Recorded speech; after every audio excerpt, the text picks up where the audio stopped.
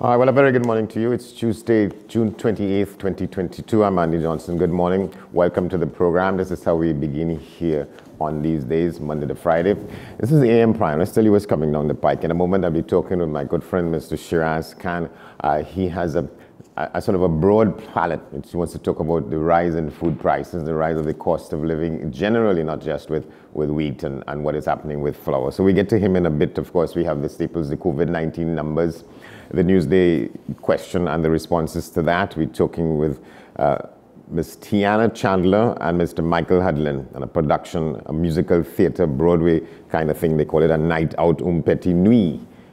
On the other side of the hour, we'll be talking with Mr. Sheldon Waith, who's written a piece that we want to examine about some things about why Mia Mottley is making the kind of play that she is and getting the kind of recognition that she is from other people, leaders as well as people who are being led in the Caribbean and elsewhere. So that's pretty much the sense of the frame of the program for this morning. So let's get now to my friend, I was going to say and collaborator, Shiraz Khan. Good morning.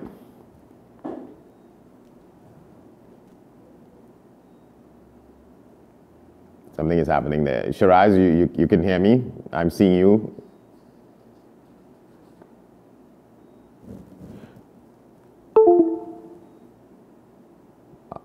All right, we're trying to work that kink out. While we do that, let me just, it probably is a good time to take a look at what's in the Newsday this morning, in the Trinidad and Tobago Newsday. Well, I think that's the news over the last 24 hours and more, that we are on a tropical storm warning. That's the front page of the news. I'll show you what it is, and people getting ready, people fixing up, buying, stocking up on what is necessary, the absolute necessities. And the big story, though, is the Piarco case in jeopardy. We've been talking about this from the point of view of the Attorney General. Well, there's a judgment that comes down now, which says that those people accused of the crimes that were said to have been committed with corruption and so on, the DPP takes center stage after the Privy Council ruling to throw this matter out. We'll get to that at some point. But right now, let's go to Mr. Shiraz Khan, Brother Shiraz Khan. Good morning. Good morning, Andy. Brother Shiraz Khan is much better, my brother. How are you? Very good, thanks. Very good, thanks. Good. Take care. Did you plant your tomatoes in your living room? Not yet. Not yet. No. We shouldn't be having to do that, man. But anyway, yeah. Pleasant morning to you. Pleasant morning to your viewers, listeners. Thanks for having me, and hopefully that God save us from this this storm that is coming. May God protect each and every one. You know, Allah subhanahu wa ta'ala is the most beneficent and the most merciful. Inshallah, may Allah protect us. Right, thanks a lot. So let's get to the subject, the increase in food prices. And you say it's just not about flour. It's it's an across the board sort of whirlwind coming towards us. So we might as well be prepared for it. Yeah, and what happened is that price of flour gone up. People are worried about the doubles, the roti, the bara, the kurma, all of these things that comes out of flour. But we have to understand that flour is one of the byproduct, which is the main byproduct out of wheat. But you have also wheat middling. The wheat middling is the byproduct from the flour that goes into animal feed. In fact, there are some animal feed that will use up to 90% of wheat middling as the additive to the feed. The APF, the all-purpose pellets, and so on, and the dairy ration. So the problem you have is that we are concentrating on the food aspect of it, which is good. But you also have another aspect of food, because the eggs has already gone up, chicken has gone up because of the wheat price that went up.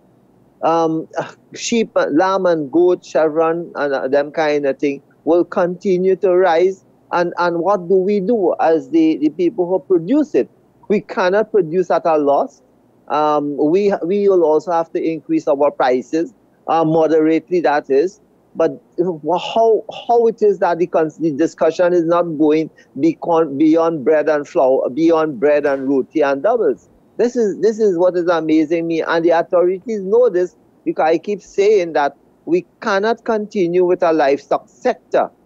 All of the animals that it has, pigs, sheep, goat, cattle, chicken, rabbits, whatever you want to grow, must use wheat middling as a form of additive into the feed. I think probably fish will get away by not using some of that.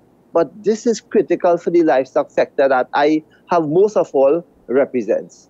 Well, I'm glad you make the reference about fish, because fish prices aren't really easy on the pocket either right now. Well, because the fish price have to go up, because everything. Remember, the fisherman also have to face the grocery, the gas station, the parts place, all of that. The fisherman still have to live like everybody else. He can't eat fish and fish alone to survive.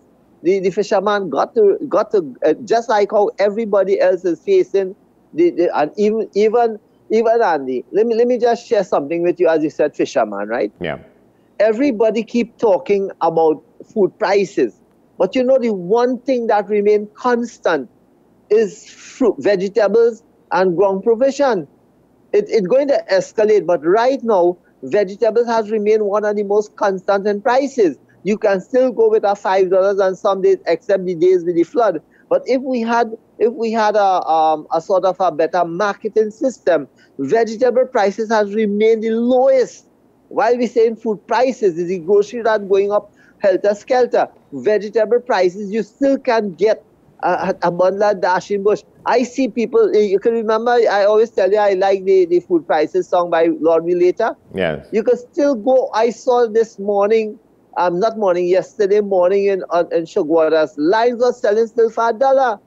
Limes is in abundance right now. Why it is that we can't buy the limes when it is cheap, squeeze it out, keep the juice in the refrigerator or the fridge and use it? Why do we have to wait until some big flood come or something happen and the prices go up because of the middlemen raising the prices and so on? So we have to be smart in these hard economic times and food times.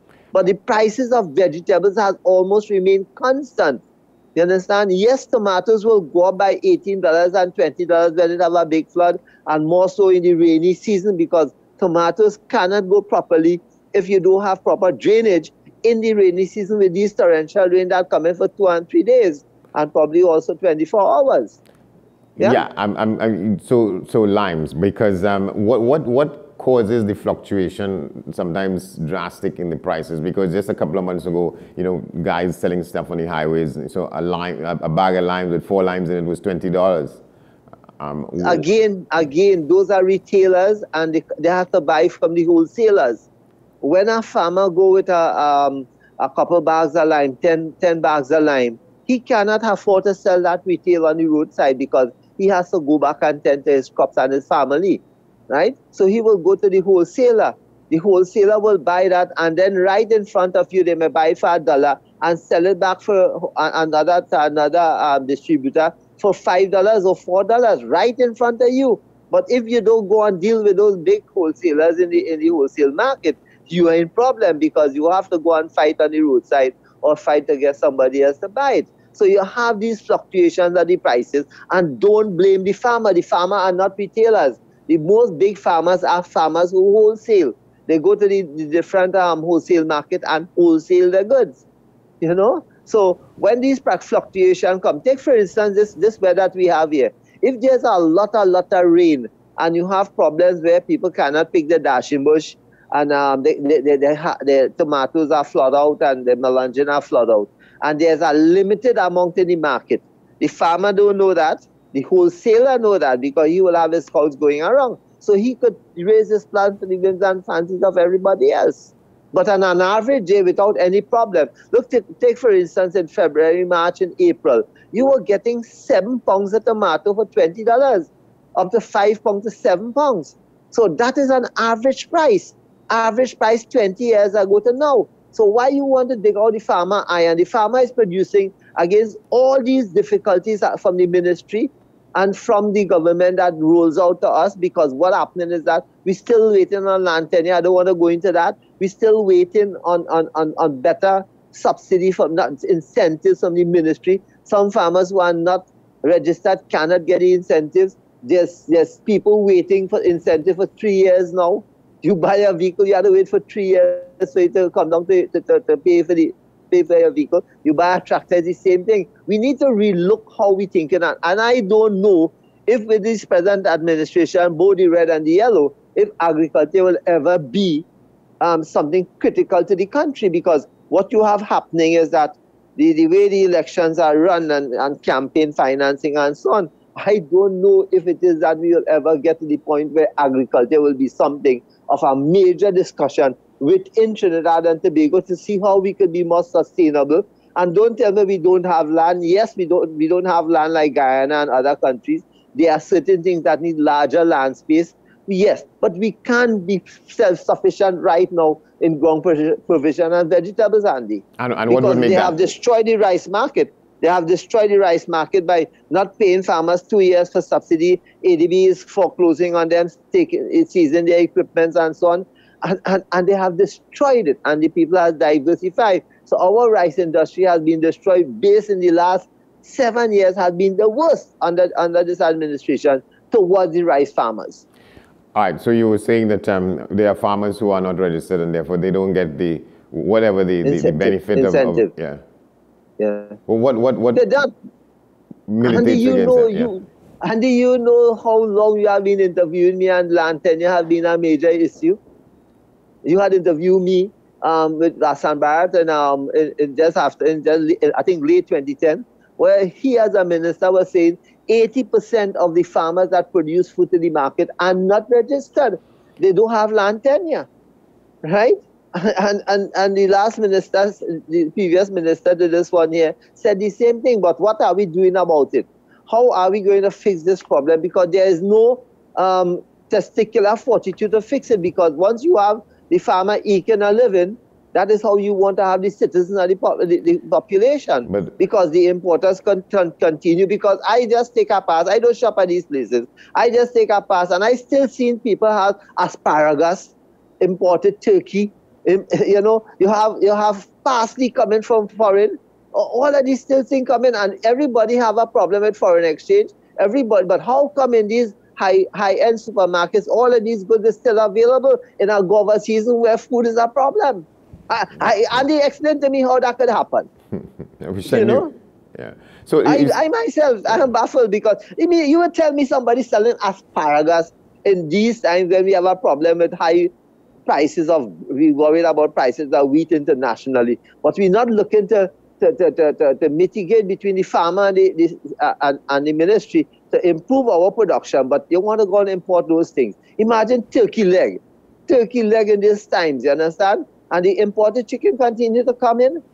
So what are we really doing? But what happens when prices go? When farmers greedy? No, Andy, it is not like that.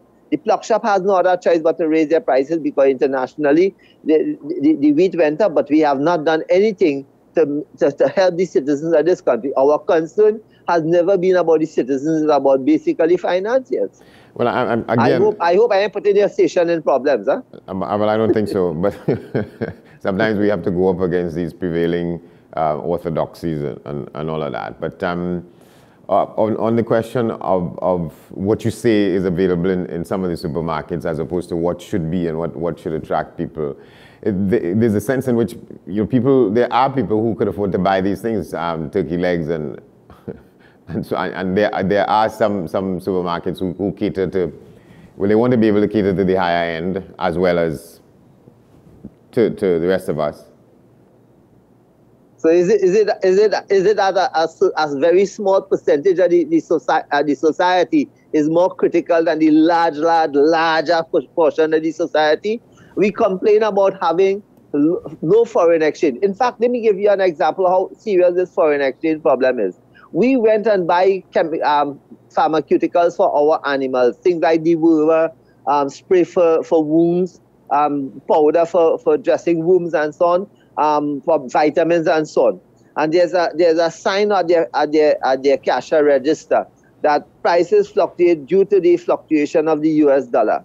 And sometimes you buy in a product that you bought last year for $10, and when you go back this time around, it's $25 and so on because of the problem with the US. Now, what happening is that the other smaller people who bring in these stuff for us and we are buying to use for our animals are having problems with the US. In fact, I was looking for a part for a vehicle, and the guy said he just can't get US to import it. And if he do bring it in with the buying of the US and the black market, it will be too expensive. So you have a problem where for the ordinary businessman, the US is a difficulty, but yet you have the availability of US to bring in all these foreign stuff when your ordinary people are suffering for basic food nutrition. Because the problem you have is not just food security, you know, but also nutrition security, you know, Andy. I think because nutrition security is very important, because you cannot eat in a bulk a potato chips and getting diabetes and getting sick all the time and tell me that is food. I mean, we gotta be realistic. Well, precisely. Understand? We have to be realistic. We cannot be drinking all of these sodas because we haven't money to import the different what they call it, the preservatives and all of that. And we don't want to ensure that we have more fruits and vegetables, or fruits and so on the shelf, and more planted and more maintained, so we can make more natural fruit juices, because there are a number of small companies trying to provide some sort of fruit juices available to Trinidad and Tobago, because we no longer have to wait on the ministry to educate us. We have the YouTube and Facebook and so on to talk to people who process it and so on. But Andy, the critical point here for us is to understand that we have people in government and otherwise complaining about how we had to change our attitude towards consuming food, right? Our taste and so on. But yet we're not doing nothing about the reduction of the importation compared to the increase of local production. That is where the concern should be. I don't know how you see it or other people see it, but if we could increase and get other people, and when last you take, I know you're a salt man, so I can ask you that. You drive through the place, there's a set of land that is available. Yes. Why it is that we can't? Because we're in a crisis. We're in a world crisis where people can't plant and ship to the rest of the world. But we down here, not in a serious crisis, and we still not given. You know what? People come every day and ask me, what is the process to go and get a piece of land? I say, you have to wait until the ministry. Don't go and squat. Don't go and tell people I say squat. Just don't go and squat. Wait until the land. Let us utilize the land. Why we have all these currently limited land and we only gain big shot people it? You understand? You have a repo farms, and we put in a proposal and we spoke to the minister. Cut it up in 2-acre plots and 5-acre plots for people who know one man get it, and that is history right now. It was given with the intention of increasing meat availability to the market. When last they sold our meat and branded it as a repo farms, but they're contesting against the small farmers to sell for the little religious market, and they are up in the price more than anything else. You think it's a lack of will, or there's something about the inefficiency of the functioning of the administrative processes in these various ministries? Because if it's one thing, I think Ram Bharat as Minister of Agriculture, I think every 2 days he was having a function in which he was distributing leases for people to... Not leases. Yeah. Oh, not leases. Application for leases. What he was handing out certificates and so on. I went to certificates, right? Yeah. Yes, a certificate for application, which means you're approved for your leases. But I know people in Carsonfield and Wallerfield waiting for that for 20 years now. They have that and they're waiting 20 years now for their lease.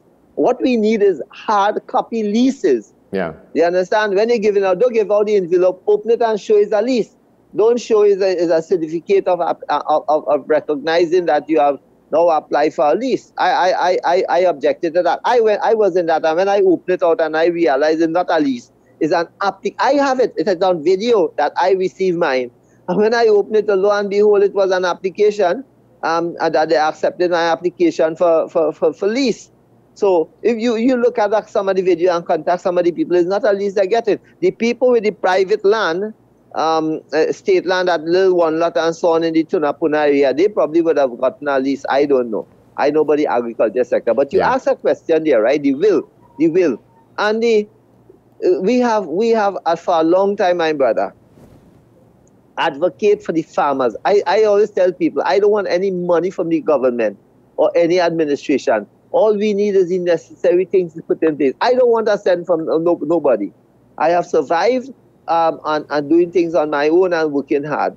All we need is the necessary infrastructure and things to put in place. We shouldn't only be putting things in place for the big businessmen by lowering VAT costs on certain items or removing certain duties so that they could come in with goods and so on. We got to have a level playing field, because you can't have some of these big farmers also having tax concession and writing off billions of dollars, and you want to raise the price of gas to get $200 million. I mean, they say that is a long discussion for you and I, and we should have it one day, and I will provide my documents.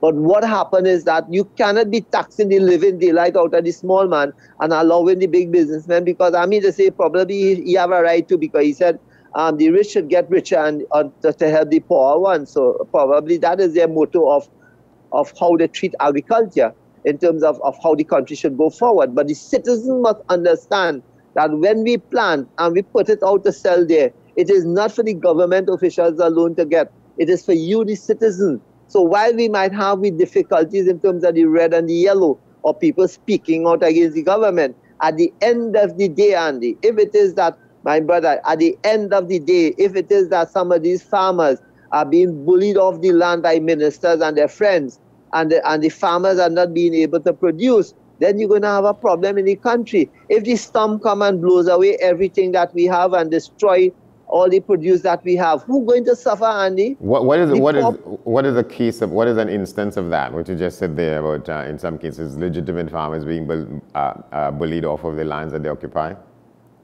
Well, we don't have, I know a farmer who is a national athletic coach who was struggling against a present minister. It's going on now for 8 years because he wasn't a minister before, struggling for land. But the poor fella, he don't even have the finances to take a big lawyer to fight with him.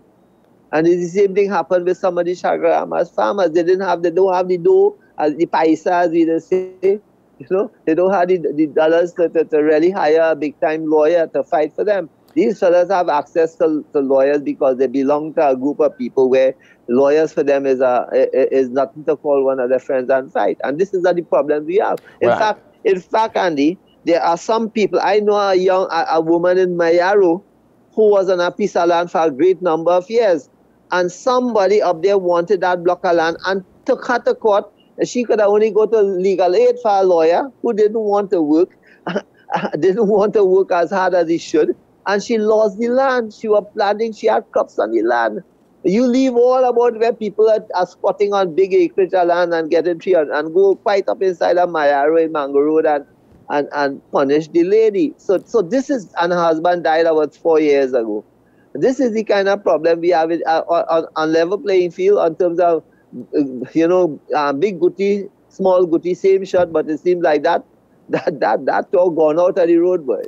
All right, so we're going to close, but I think overall what you're saying is that we're facing even higher prices in some regards with food prices in Trinidad and Tobago. Yeah.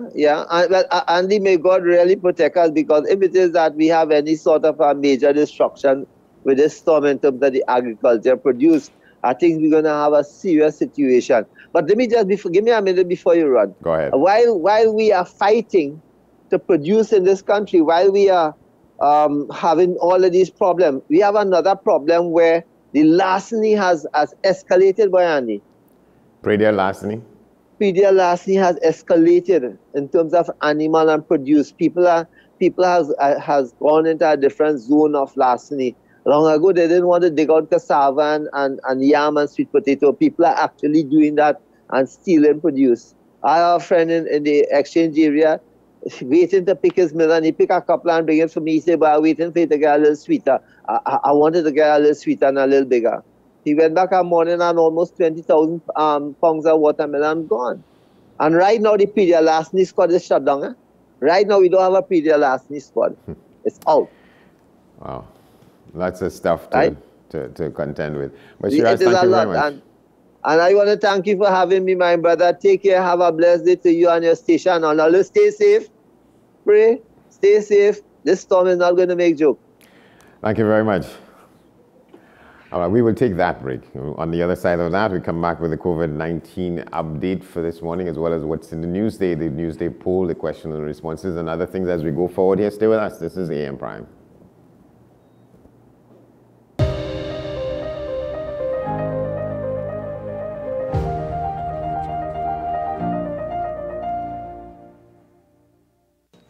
What's the best way to grab the attention of viewers? Please exercise more patience. You have to be kidding me. Doing what we do best. I'll say at the very least it's a conspiracy of laziness against the people. Join me, Keaton Shaw. And me, Sean Michael Small, for Talking Point. Weekdays from 8 a.m. to 9:30 a.m. We go in-depth on the trending issues and engage the most controversial newsmakers as we get them to account to the people for their actions. You can't go to the government with nothing. You can't go to cabinet with an empty hand, with a wish. I'm glad that we're having this a sober, mature discussion. In the present situation, I expect a continuation of the chaos. Join us for the discussion, Mondays to Fridays, only on WESN, the content capital.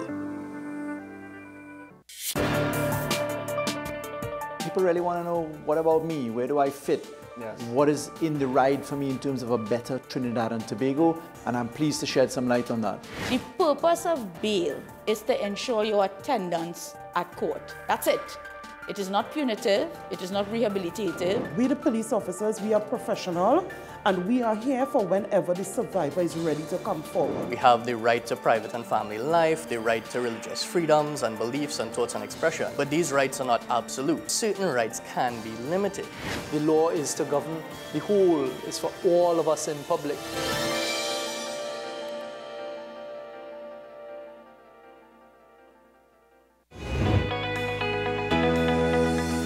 So, Simone, in these times, things are very difficult. Life has changed dramatically. Many people have experienced mental health issues for the first time. So people who have just managed to keep anxiety at bay are experiencing a lot of anxiety now. I am talking with another one of the major pillars of the women's senior national team. Her name is Ria Belgrave. She's actually center defense. Ria is now part again of the CONCACAF preparation for the World Cup 2023. What's up, Doc? Tuesdays and Thursdays here on WESN, Content Capital. If you live with someone who's tested positive for COVID-19 and has to self-isolate at home, take care of them from a distance and reduce their movement around the house. Give them space, a designated space, and open those windows. If you have to be in contact, mask up, both of you. If you work, stay home from work and don't go out, not even to the grocery or pharmacy. And remember, no visitors allowed. Limit the contact to limit the spread. The Trinidad and Tobago Red Cross Society. Mission-based, people-focused, community-driven.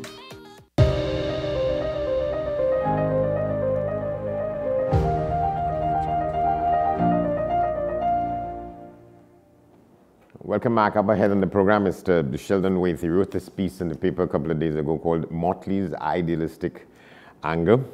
We get to know what that means in a moment. But right now, let's take a look at the numbers for COVID-19 in our midst this morning. The new positive cases, the totally recovered patients, the rest of that agenda, as we've been doing every morning for the longest while here. 156,037. That's the total recovered patients. 6,744, the total active positive cases.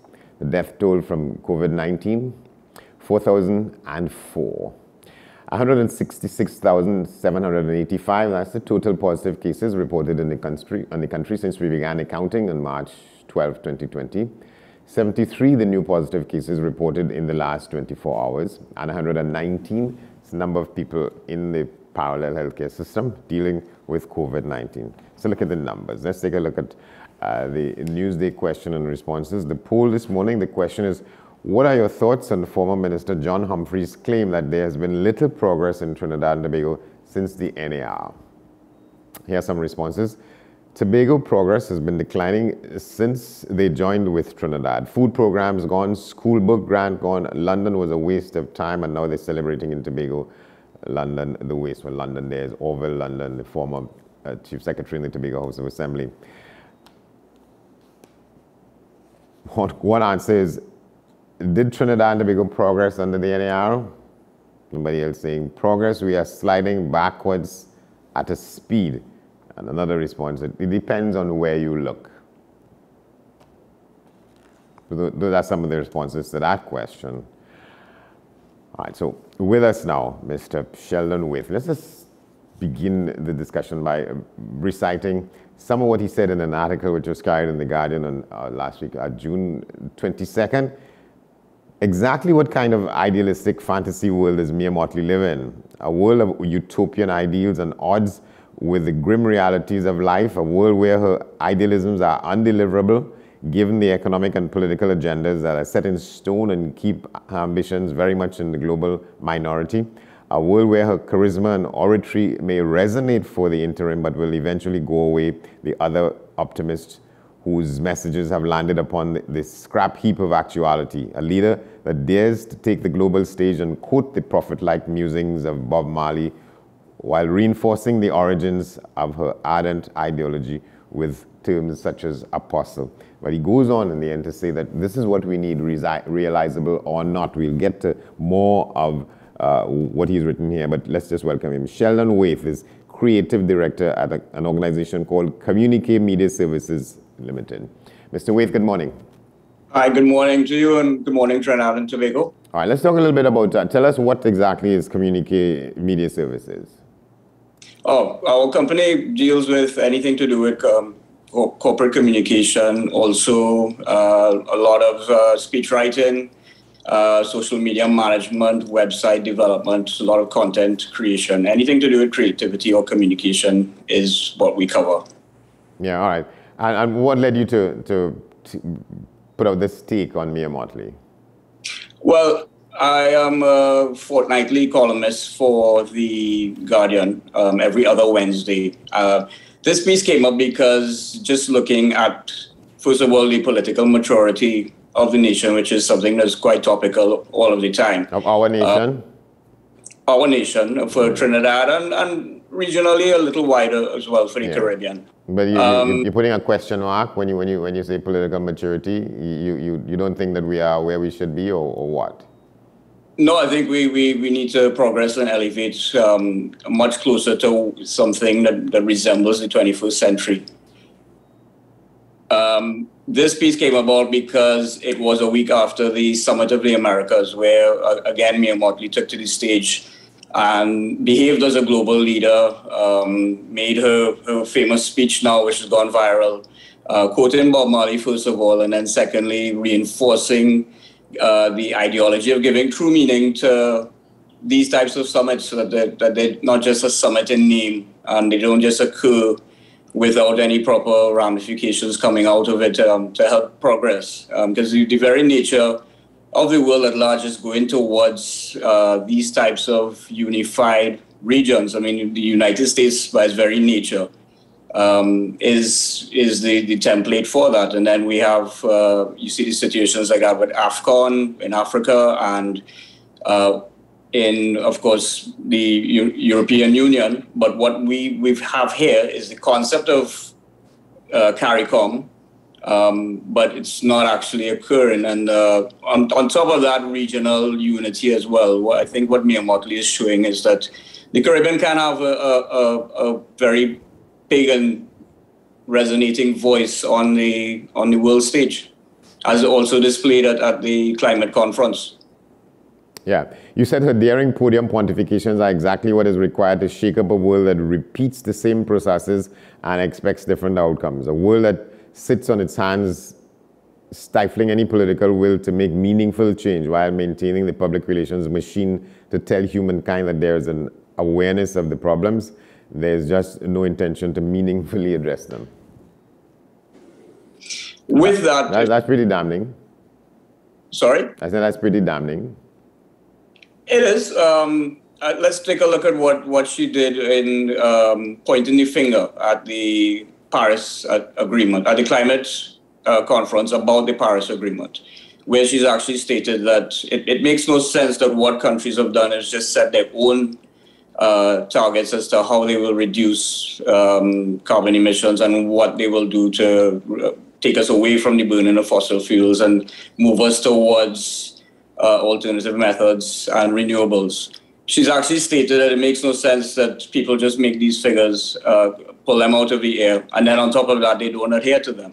which means that we don't progress. And the reason you may think it's damning is because there is still profit in the burning of fossil fuels. There is still us still following where we can make profits, where the power lies, rather than understanding that we have to make these changes and make them quickly, because we're seeing the effects right away. We got the sense that Glasgow was do or die. That's not the case. Whatever was agreed there has to be given effect to, or we continue to go on there. What was your sense? The thing about it is that the Glasgow still hasn't put any umbrella type figure that says all nations need to adhere to this. It hasn't put anything in place to tackle the popular view that there are a certain percentage of countries, bigger countries, that are the world's biggest polluters. And as Motley herself alluded, it's not brought anything forward to address the fact that these old bad practices that we're trying to tackle, that the big countries have done, are now garnering pace within the newer developing countries. And the thing is that if we know that we've done it wrong the first time around, there's still nothing to tackle it being developed in new countries, which gives us a whole new set of problems. Right. So it may have been seen as do or die, but nothing has come out of it out of Glasgow to say that we're going to make proper changes going forward. To what extent do you think in matters like these, leaders try to go for what is feasible and what is doable, rather than to make promises that what we would call pie in the sky, and you don't get moving from one stage to the next? I think, as I said, we have to have an umbrella type figure, something that's universally agreed upon, rather than everybody just signing up to say that they will cut their own figures they will cut their emissions and by their own made up figures. And I do think that amongst all the calls for the world's biggest polluters to actually contribute to the most to actually engage in the change, they need to look at the development within helping the newer countries do so. Let's look at the Caribbean. We can harness the power of the sun. We're near the equator, but we don't have the means, the financial means to actively do so. Although within Barbados, again, that's been a sense of the progress that I speak about when I look at somebody like Motley, look at Barbados. It's not perfect, but at least they're recognizing that, okay, we can't rely on fossil fuels forever. So what we're going to do is we're going to harness this wonderful thing that we can tap into, which is the many hours of sunshine that we have every day of the year. Yeah, and there are, I think, entire housing districts in Barbados that are fed by solar energy, right? Correct. And there's also the fact that the government has been very encouraging with it by not only the offering whatever subsidies they can, but once you have that excess energy that you've derived from your solar panels, you can actually sell it back to the grid. So again, there's the initiative there to create the impetus for people to want to do it. And it's about creating those parameters properly so that we get the changed behaviors that we want to have. We keep doing the same things the same way and expecting different outcomes, but something like that in a very small country like Barbados will gain pace very quickly. And then suddenly, within a few decades, it becomes the norm. Yeah, and you say, because when you read through the piece, up to where you get to the point to say, well, what she's saying and the way she's saying it is necessary, because some people could think that what you're saying is that, she's being idealistic, and idealism doesn't sell, on the political agenda in the general scheme of things. But you're saying that she is creating a situation where people ought to begin to think differently and therefore act on that thinking. Yes, and that is, again, a changed behavior, and it's something, it's a voice that we haven't heard from a Caribbean politician on the world stage. And because of that, and because I've stated in the piece as well that it comes from a place of honesty, so it's very difficult to knock it or to disrepute what she's actually stating. Because if she says, for instance, that the world's biggest polluters are contributing X, Y, and Z to the problem, then that's the truth. But there's also the fact that she offers solutions, and it's something that globally, it's not something that we see a lot of. It's not just a problem in the Caribbean. It's something that a lot of people just don't want to upset the apple cart of what has been the norm for so long, especially when it comes to something like fossil fuels and the way that we consume our energy. Do you think she has the support of her fellow Caribbean leaders when she makes these statements in these international settings? What do you think? I don't think so, because I don't see anyone has actually come out and said, we're going to hitch ourselves to that wagon. And when you look at, for instance, in Glasgow, the climate change conference last year, not a single Caribbean leader joined her or echoed her comments. And that says a lot. It says a lot because we may be thinking that it's a good idea, but we simply don't have, again, I'll use the word maturity, the political maturity to follow her lead, to perhaps have the courage to upset the very hands that we rely upon to feed us. So if she goes out there and she says, this large country is one of the biggest polluters, other countries in the Caribbean may not want to do that because they don't want to be seen to be upsetting people that they rely upon for anything from tourism to goods, services, imports, exports, anything along those lines. I want to... A couple of weeks ago, there's a member of parliament on the opposition side who was making a point, making some kind of comparative issue between ourselves, among ourselves and Barbados and Guyana. And the Prime Minister shot back at him and say, I suppose you know that. You are familiar with the exchange. The Prime Minister asked him, why don't you go and live in those places? Every time you come here, you want to talk about Barbados and Guyana. How do you respond to that? That is the maturity that I'm talking about.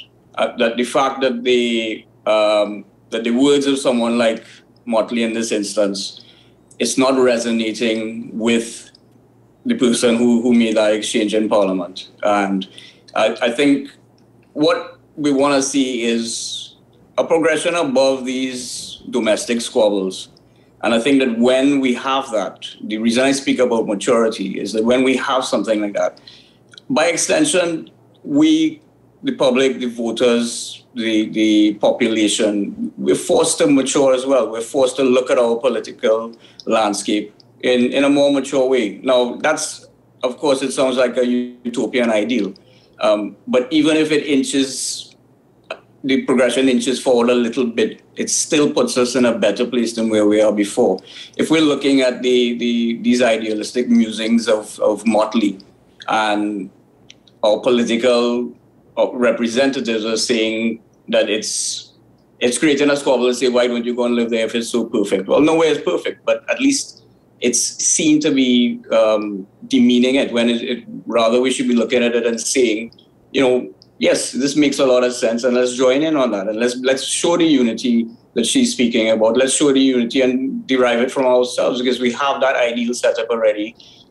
Shared history, a shared region, and an entity in CARICOM that just needs to be infused with that type of thinking. Yeah, and there's this other matter that we've been struggling with. We thought we fixed it when we created what is called the SEA, the Secondary Entrance Examination, to do away with the common entrance, and we were told why that would work. For a lot of people, it was just exchanging one for the other, and you raise her stated intention to do away with common entrance in Barbados. Yeah, and again, it's that ethos of saying, having the courage to say, okay, this is wrong, but also having the most important part of that, which is let's offer a solution. Let's just not condemn it. And this is an inherited system that creates the divide that goes through the trajectory of life for so many students.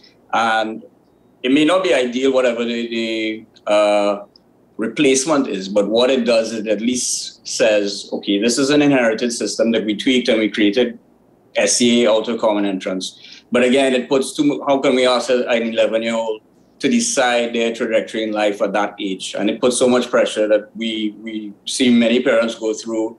I mean, every year it's headline news, the amount of pressures that they have to go through and the pressures it puts parents under. And then, of course, the social divide that comes out of it after. If on that one day that student just didn't get it correct and suddenly they've been mapped out for life, unfortunately, before they're even a teenager. And what Barbados have done in 2020 is said, okay, we're going to abolish it. We're going to look at a replacement and we're going to abolish this because we need to level the playing field for the future. Yeah, and then how you do that? What is your idea about how we do that? What is it? Create more and better spaces for everyone. I know there's this notion that we ought to flatten the playing field, as it were. You don't have an examination where you get the people operating at the top and getting to what is called the prestige schools.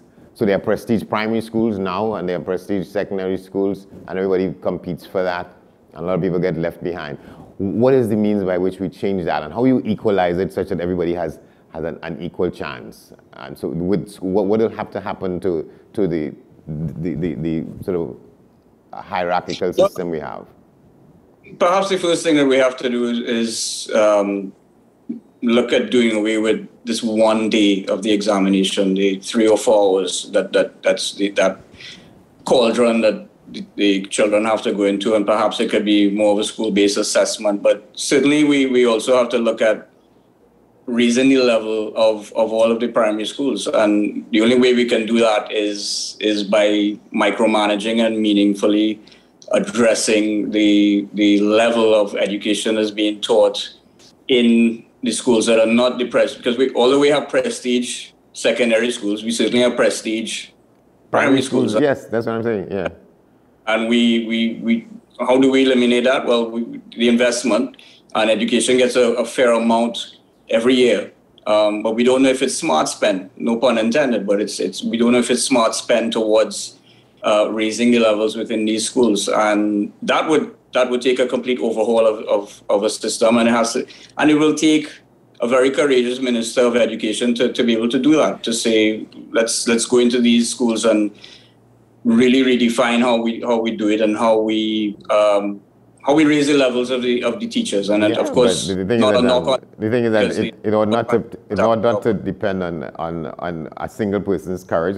To me, it would be as a result of a different kind of education policy, and the minister would just have to be the person carrying it out, not so? But do we get the courage to, as I say, rip up the script that we've been given and change it out, and as you said. Yeah. All right, we got to close, but let me just go out with what you say here in the final paragraph of your piece, or part of the final paragraph. This is a statement. You say, this may be, everything you say about the presentation of Ms. Motley on the world stage now, this may appear to be a homage to Mia Motley. It is more of a wake-up call to observe her views and actions, to rise above petty squabbles, to see the wider world and recognize what a 21st century Caribbean leader should look like. The reason it ends with that is to say that this is not about the cult of personality. It's not about Mia Motley alone. It's about what she represents. And when I say a wake-up call, it's to say, look at that political maturity and look at the ownership that she takes, that she is a citizen of the globe. She's not looking at it as, I am Barbados, so therefore I'm a minority on the world stage. It's looking at it and saying there's a pride there's an understanding that I am a citizen of the globe, and therefore I'm going to speak like a citizen of the globe and represent the Caribbean properly. And again, it goes back to what I keep saying about having that political maturity and courage to do so, which is something that we would hope that other other Caribbean nations and leaders would follow. Yeah, I dare to say that she is the Rihanna of current international political leadership, right? Yeah, correct. Yes. All right. Mr. Wade, thank you very much. Thanks for having me. Very welcome. Bye-bye. Very welcome. Well, let's take a quick look around the region now. We do that with, we go to Guyana. So as usual, the government there, they're talking about a contract for the construction of the first phase of the long-awaited road linking the East Coast and the East Bank in Demerara. The phase covers from Ogle on the east coast of Demerara to Eccles on the East Bank. The $106 million contract will be executed by Indian company Ashoka Construction. Describing the project as being part of the government's infrastructure master plan, Minister within the Ministry of Public Works, Deodat Indar, said the intent of the road is to reduce traffic congestion in the city. As you know, the traffic in the country is becoming more and more, the volumes have become more and more. So we are addressing that from a long-term planning perspective. Just to let you know that this project, although it fits part of connecting the East Coast to the East Bank, so that you can, persons who don't want to go through the city, that needs to go to the airport, they can take an alternative route. And Minister of Public Works Juan Edgil, in delivering remarks at the signing ceremony, also boasted of the investment, calling the project a transformational one. According to Edgil, the road, when completed, will be a game changer. But with the building of this 4-lane, in the first instance, to connect at the Higgs-Bush Road, and then to get further into Diamond and then further into the airport, would see us being able to open up new lands. When new lands are open, I'm guessing that's why Minister Suzanne Rodriguez is here, because she has a vested interest. It's more lands for housing. It's more lands for agriculture. It's more lands for agro-processing. It's more land for industrial development. It's more lands for lay-down yards and the rest of it to deal with the oil and gas sector. So I repeat for emphasis what I said in 2022 in our budget debate. You cannot eat roads, but roads make us eat. And the Minister of Finance, Dr. Ashni Singh, said the road project must not be viewed in isolation, but as part of the government's plan to develop Guyana and provide relief to citizens. This Ogle 4-lane road is not a standalone project in isolation of what is happening in the rest of the country. In fact, if you put together the new bridge across the Demerara River, the road to Lethem,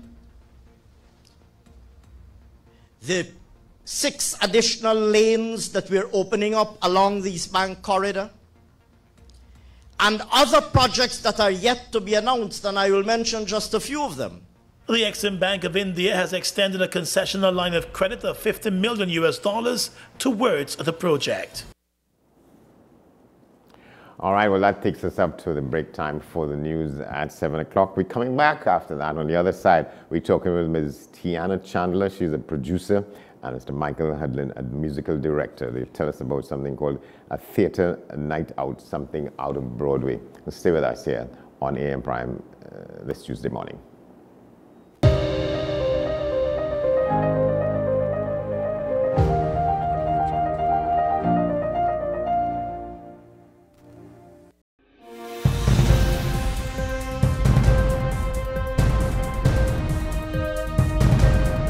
Seven is out, all day is in. WESN News on the hour.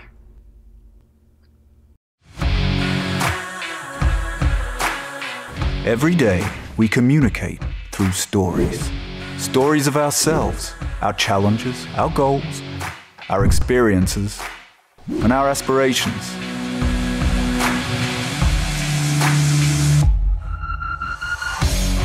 Storytelling is an art that we have mastered.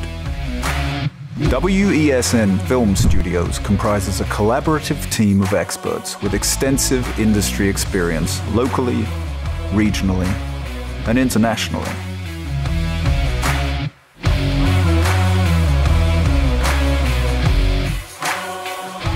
ability of your business to successfully communicate with your preferred audience depends on the strength of the stories you tell. Your vision should be communicated in a high-quality, professional, and creative way.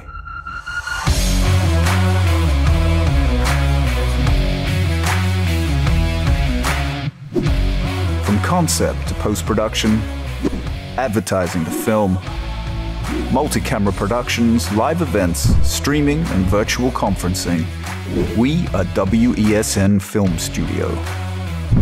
Let your own unique voice be heard and your vision realized. Call us today at 628-5835 for your next production.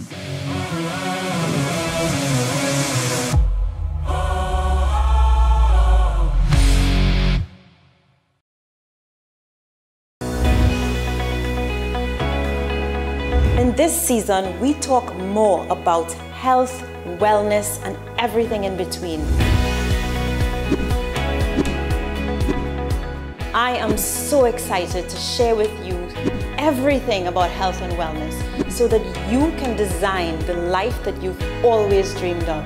Join me here on What's Up Doc. What's Up Doc? Tuesdays and Thursdays here on WESN, Content Capital.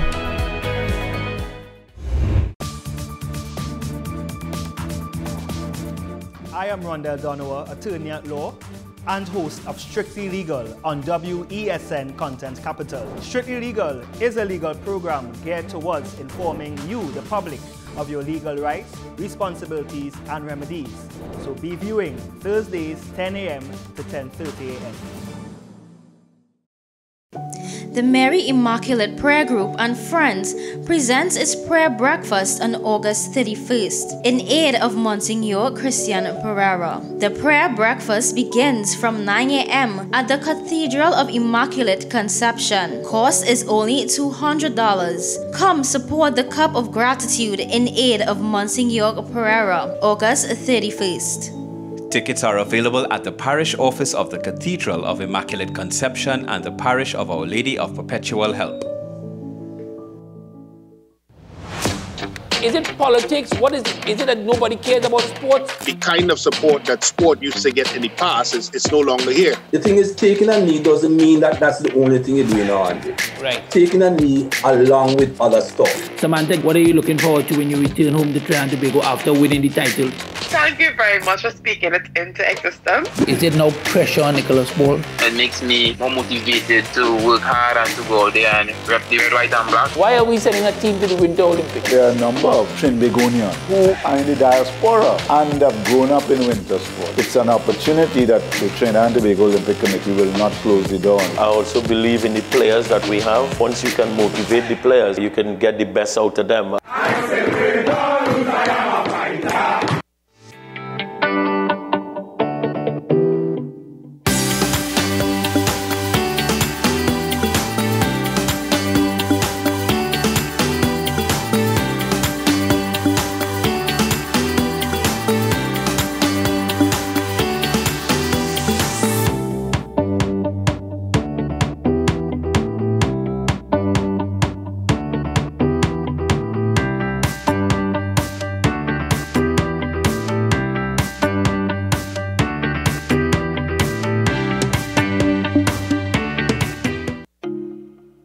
It may seem like the hardest thing to do right now, but we all need each other to wear a mask, wash our hands, watch our physical distance, and stay at home.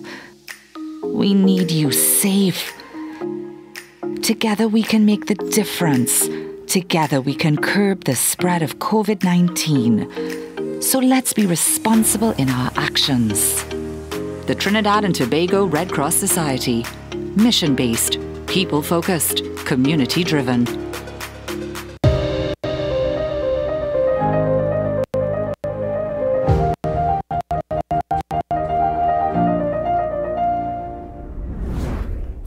Welcome back to the program. It is called Un Petit Nuit. We tell you what that is when we start talking about it.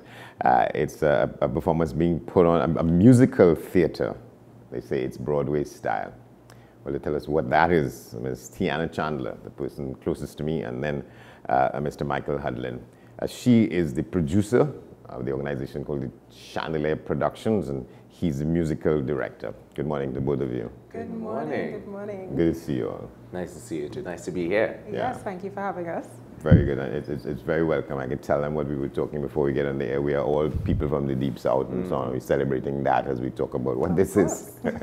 Because you'd said that when we started, you said that the production, I asked about the name and so on. You talked about it's set in Palmy's Park. Right, in the heart of Palmy's Park. So what we did is we had the script built by one of the members of our production team, and it is based around some popular songs from Broadway musical theater productions, and we fit them into the context of our script that is set, as I said, in Palmy's Park, which is of course located in San Fernando, and it is a Trini love story.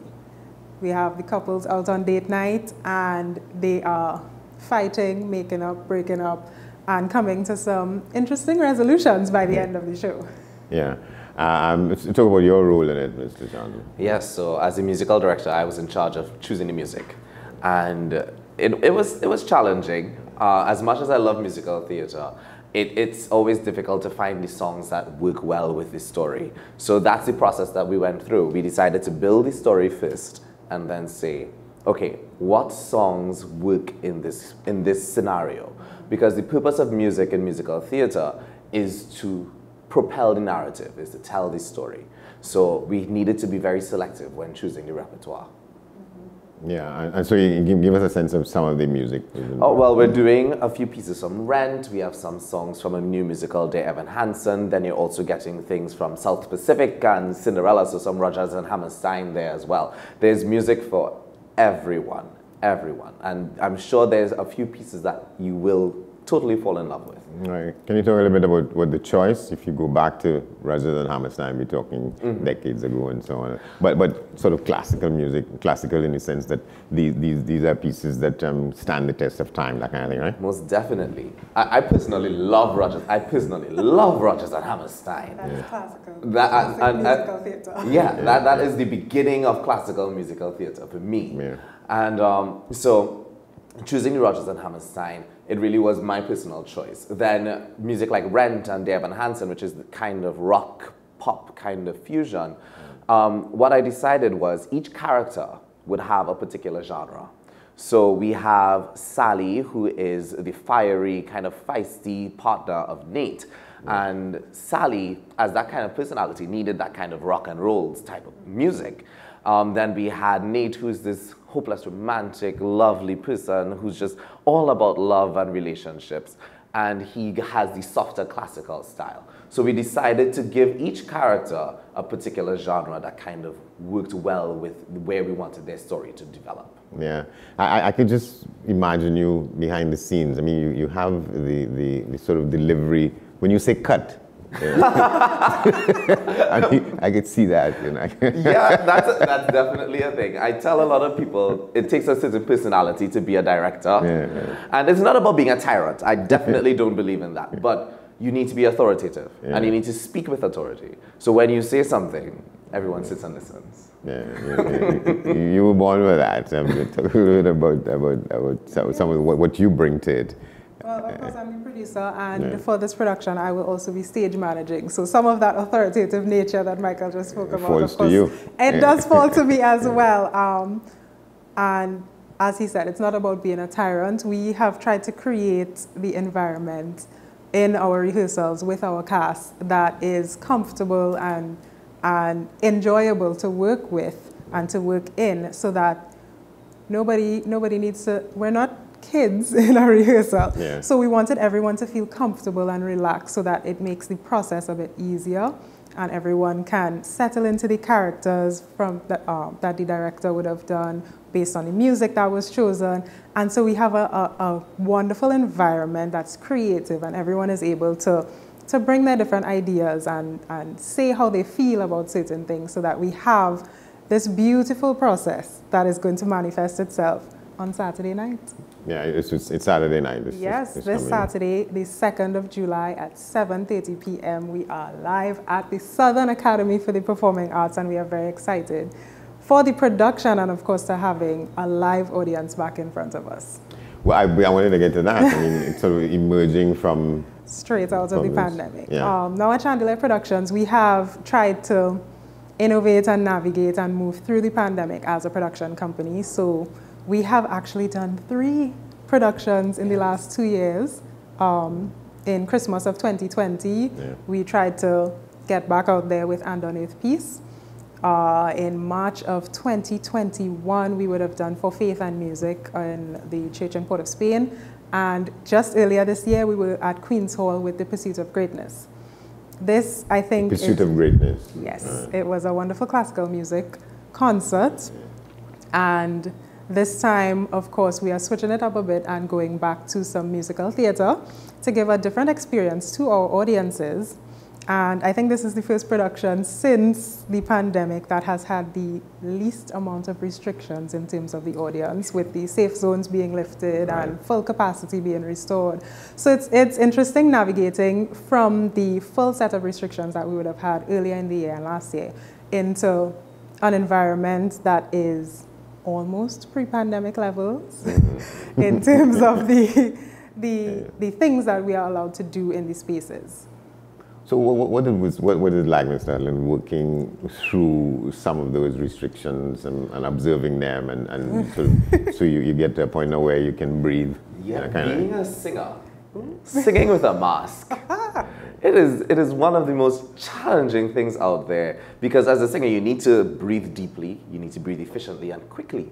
And when you have something that's basically stopping you from doing that, it makes the process really, really difficult. So what we tend to do is we will sing for a little bit, then we will clear the room, let the space air out and come back in. That's what we did for the first few shows that we did during the pandemic. And even now, we still try to maintain people using their masks and staying socially distanced as much as we can, because you're acting on stage, so you do need to be together at some point. But it has not been easy, and I can tell you that a lot of my colleagues believe the same thing. Singing, it's just something that we have to navigate, and we just need to work within the rules that have been set for us. Yeah. Can you talk a little bit, both of you, about this community of so you all get to be included in what we call creatives now and so on. Yeah. So what has the experience been generally? You're talking with some of your colleagues. Well, for this show, we decided to do something a bit different. So usually for the first 3 shows that we've had during the pandemic, I would just call colleagues that I had. I'll call some of my friends and say, hey, we're doing a show. I think you'd be great for this particular role. This show, we decided to do auditions. And we wanted to see what's out there. Because I believe that we have a lot of good talent, we just don't always see them. The people that we see, they are fantastic, but giving new talent the opportunity is something that we really want to accomplish here at Chandelier Productions. So we have someone in our cast, Stephen Bellamy. Yeah. When he sent in his audition, we were just like, who is this person? We've never seen him anywhere before, but he was just so talented. And we just had to give him an opportunity. Yes, and we are so fortunate with this cast. We have an interesting mix of persons, some who we've worked with in the past, some who we know but have never worked with us in Chandelier Productions, and then, as Michael said, some people that we've never seen them before. Yeah. Where have they been hiding? And that's something that we definitely... This young man is one of them. Yes, he's definitely one of them, and that is, as he said, part of the core of what we try to do at Chandelier Productions is to provide opportunities for the new talent, for the young talent, for the hidden talent, because of course we have so much amazingly talented people all across Trinidad and Tobago. And I think it would be an interesting journey for us to continue doing our productions and finding these talented people. So that's part of sort of the ethos of the organization. Yes, to go definitely. And fish out emerging talent all the time. Mm-hmm. Of course, that does not only limit us to the on-stage performers that the audience is going to see. That extends to all of the persons behind the scenes. So we have this original script that I would have mentioned, set in Palmies Park, is written by Janine Charles Ferre. Yes. We have sound engineering by Sanjeev Gayadeen, lighting design by Andrew Enel, and we have set and graphic design from Amara Manik-Chan Brown. And we have been trying to find and develop this young team of talent that maybe is not seen on every production, but what they have to bring to our production is excellent, high quality work. Even our videographer, Dennis McNichols, because as I mentioned, we tried to navigate the pandemic and we started doing virtual showings of all of our productions. And he has been able to bring some very high quality digital content and videography so that we can translate the in-person experience as much as we can to our online audiences as well. Yeah.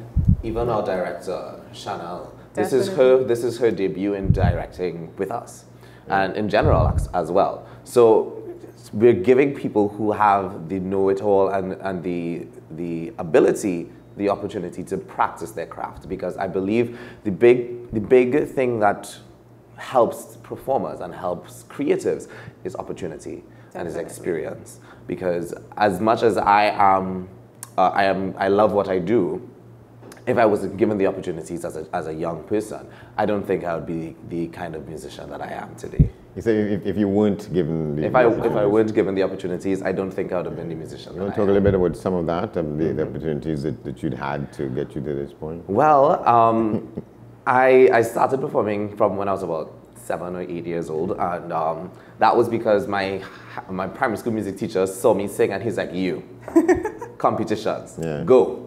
So that started. Then when I went to Presentation College, I was in their musicals. I was given the opportunity to sing, and I also played the piano for one of the musicals. And not only the musicals, but other shows, I was given opportunities to compose. I arranged for some of the songs. I was able to lead rehearsals. So imagine 15, 16 years old, I'm standing in front of a choir of 40 singers, leading them and teaching them and training them. And then because of that, I went to university. I went both to UE, and then I went to New York to do my bachelor's and my master's. And I remember the decision. I remember when I made the decision to do my master's, because I just applied to see what the process was like. Yeah. I thought you were going to say Berkeley, but you're in New York. Yeah. No. I went to the Eastman School of Music in Rochester. Right. Okay. So when I applied to do my master's, I was just saying, I'll do it for the fun of it, just what the process is like. And I was sitting in a rehearsal. My sister sings in a choir in Toronto, and I was looking at the director, and I'm just telling myself, I can't do what she's doing. What she's doing is fabulous, and I can't do it. So that's when I said, okay, I need further education, because I didn't want to come back to Trinidad and kind of fake it. Yeah. I really wanted to come back and give something that I knew what I was doing. I wanted people to see that I was a professional and I have the ability. And hopefully I've been proving that with every show that I've done. You don't seem to have a difficulty with exuding a sense of confidence. You said that was nurtured, it was worked on. You weren't always that way? In terms of? The sense of confidence, that self-confidence that one... If I've always had it, or if it's I guess my family is probably like that. A lot of people who see my family, they tend to say that you all don't have a problem with who you all are. Yeah, that's the Hudlin bloodline. It could be, because one of my cousins is part of the cast, and he's very much like I am. He's very much like I am. He knows what he's about. He's here to deliver, and that's the kind of personality you need to have, especially as a performer. You need to know who you are. You need to know that you have the confidence, know that you have the ability, but you also need to be receptive. Because that's critical. That's very critical, because when a director gives an instruction, it's not about you. It's about the production. And it's about maintaining the quality. So if we say that you're doing something and it works, but not for what we're trying to accomplish here, that's all that it's about. It's never anything personal. Right. And that's just how all businesses are. It's about getting the job done well. Yeah. Tiana, you find that there are times when you have to sort of, I don't want to use the term mollycoddle, but how you work with people who may feel, it's them. From the perception of myself, Michael, and even our director, Chanel, we, of course, have the responsibility to the production of looking at the bigger picture. we are seeing all of the moving parts, and it's our responsibility to put all of those parts together. And oftentimes, members of the cast may not, it's not really there. They don't need to see all of the parts from the perspective that we do. And of course, they are there to focus on their role. They have the script, they have the music, they have to learn that, become immersed in the character and the performance, and deliver everything that they are capable of. And we definitely have an incredibly capable cast, and they have been doing an excellent job in our rehearsals. But from where we sit on our end, we have to look at the set, the costume, the marketing, the makeup, the characterization, the script, the music, the band is coming in, the lights have to come on, who's getting mic'd, how is the audio going to sound, do we need special effects, do we have to get a projector, all of these different elements coming in. And sometimes you sit in rehearsal and you might get a whiff of inspiration. And so we are seeing, it's almost like we sit there and there might be a table on one side and a chair on one side, and that is what people are seeing. But to us, the chair might be a tree. And the table might be a bench. Definitely. And we have a bottle of water that's some flowers. And so as creatives, and of course the cast, and we have to encourage them to see those things as well, to help them get into the character and get into the space, and to really feel like they are sitting during the night at Palmy's Park. And so we see that, we share that with them, and of course we try to bring them into the world of the script that we have created here. Yeah, so this is strictly for audiences who will go to San Fernando. The things like these don't come to town and so on, you know. We try to reach our audiences where they are as much as possible.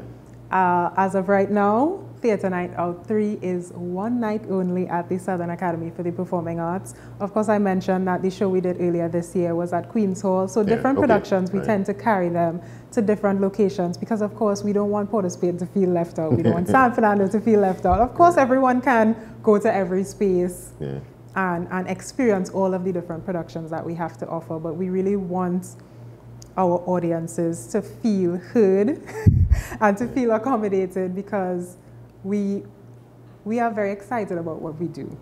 We are excited about bringing these productions to the stage, about bringing different people together, new people together, and having Trinidad and Tobago at large experience the things that we see in our rehearsals. So there's no provision for, so you do one night out of Betinui.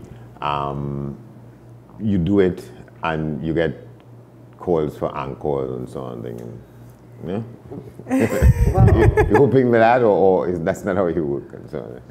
I mean, if the audience says, we will do our best to oblige. As I said, we do try to accommodate as much as we can and share with as much as we can. And of course, with the transitions that we have made during the pandemic and trying to move towards virtual, we do recordings of every production. And so we also look for this production to do a virtual stream a few weeks after the live show. So if you missed us at SAPA, of course you can go onto our website, chandelierproductionstt.com, and sign up for our mailing list, and you will get the first set of information on when that stream goes live online. And of course that applies to people who do not live in Trinidad and Tobago. Maybe you live here but you're abroad for some reason and you just can't make it to SAPA this weekend. You're still gonna have an opportunity. What's the price of the ticket? For Saturday's show live in person, it is $250 for adults, and of course this is family friendly, so children 12 and under are $100. Tickets are also available on the website chandelierproductionstt.com. And you can call us at 710-9436 or 295-7435 to get tickets. 295-7425? 7435. Right. So 710-9436 and 295-7435. Yes. What say you to close us out, Mr. Director? Sorry? I said, what say you to close us out? Well, for For the production, I really think that people are coming to see something that we haven't really had on Trinidad stage for a while. What we call this class of performances is called a review. So this review is we're taking our new script and adding familiar music. And I'm really sure that you will come and hear something that will stay with you for the rest of the evening. All right, thank you very much. So it's Saturday, July 2nd. 7:30 at the Southern Academy for the Performing Arts in the heart of San Fernando, just a stone throws away from Palmy's Park where the show is set.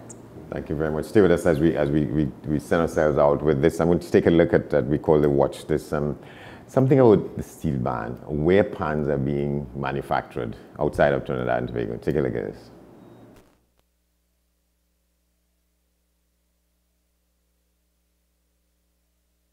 Steel drums were invented in Trinidad, but they've of course become famous on all Caribbean islands. But did you know that many of the drums are now manufactured in Akron? Well, this morning, Bob Jones takes us inside Panyard Incorporated, where they create music for the world's ears.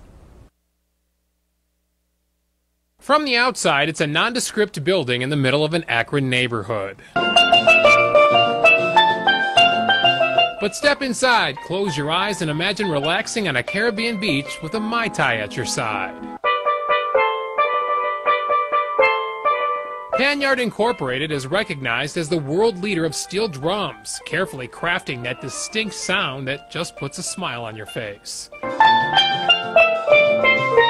Owner Ron Kearns got hooked playing in a steel drum band at the University of Akron. The sound drew me in long before I even imagined having a company.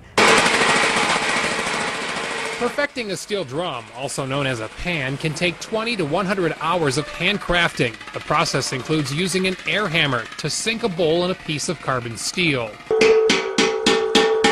And then marking, shaping, smoothing, and tightening the notes. I tune them, we send them out to a polisher and a chromer, and they're ready to go out to the customer. Well, almost. The drums must be finely tuned by workers with discerning ears. Once considered a novelty, steel drums are now regarded as quality instruments. When you take a Panyard pan and set it next to a Steinway piano, you go, wow, two very great instruments. But it took a while for the drums to be desirable. In its 21st year of business, Panyard is just starting to turn a nice profit, thanks in large part to kids in schools clamoring for a beginner steel drum called the Jumbie Jam. The Jumbies were putting out close to 3,000 or 4,000 a year, and that's growing rapidly. And Kern says learning to play is fun and easy, even for a rhythmless reporter.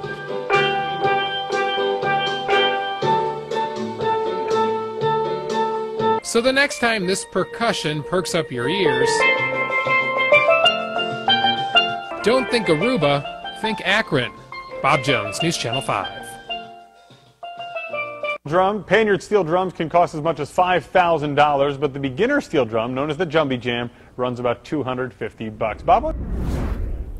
And that's our broadcast for this Tuesday morning. We want to thank you for watching. We want to thank our guests. We could tell you that tomorrow, beginning tomorrow and continuing for the next couple of days, we're going to be conducting a series of discussions, talking with people about what do you expect to be the qualifications for and assessing the next Commissioner of Police in Trinidad and Tobago. But for now, that's it. We want to tell you can keep in touch with us here at AM Prime and WESNCC. Send all your emails to amprime@wesncc.com. In half an hour, we have news at the top of the hour, followed by today's edition of Talking Point with Shah and Small. But for now, I'm Andy Johnson. Thanks for watching, and we'll see you tomorrow.